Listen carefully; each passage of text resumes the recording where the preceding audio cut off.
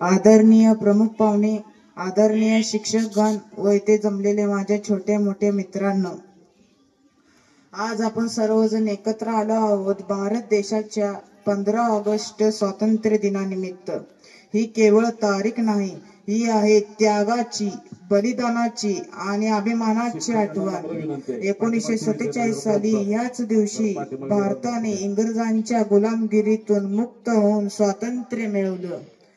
स्वाधीनम भारतम देशम चिरं जीवतु नः सदा, धर्मो रक्षतु नित्यं जीवतु भारतम मम। स्वतंत्र भारत देश सदैव चिरंजीव असो, धर्माचे रक्षण सदा होत राहो, माझ्या भारत देशाचा सदैव जय जयकार होत राहो। आज आनंदाचा दिवस आहे, पण तो विसरून चालणार नाही की हा आनंद मिळवण्यासाठी लाखो लोकांनी आपल्या प्राणांचे बलिदान दिले। राणी लक्ष्मीबाई, नानासाहेब पेशवे, चाफेकर बंधू, भगतसिंग, राजगुरू, सुखदेव, नेताजी सुभाषचंद्र बोस, विनायक दामोदर सावरकर, लोकमान्य टिळक, बाबासाहेब आंबेडकर या सर्वांनी स्वातंत्र्यासाठी आपल्या आयुष्याचा होम केला। जिस मिट्टी ने लहू पिया वो फूल खिलाएगी, जिस मिट्टी ने लहू पिया वो फूल खिलाएगी।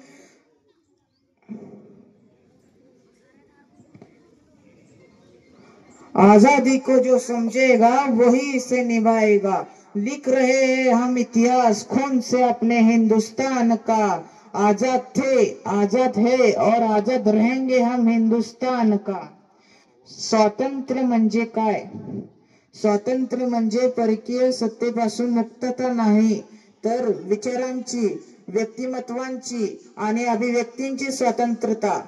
परंतु हा स्वातंत्र्याचा दुरुपयोग होऊ नये यासाठी आपण सजग नागरिक होणं आवश्यक आहे।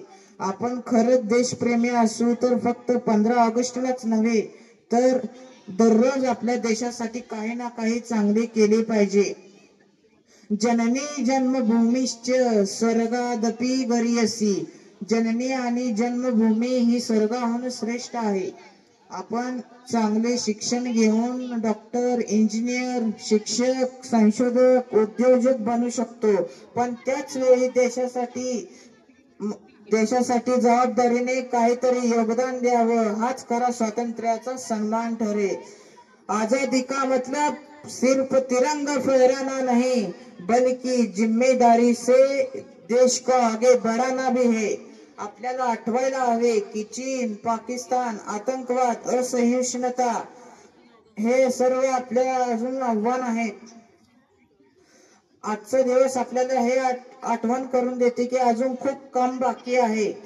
चला तर मग एक नवीन, समृद्ध आणि स्वाभिमानी भारत घडवूया। जयतु भारत मातास्मिन्नेव दिने महत्, वयं च राष्ट्ररक्षणे समर्पयेम तनुं मनः। भारत मातेचा सदा विजय असो।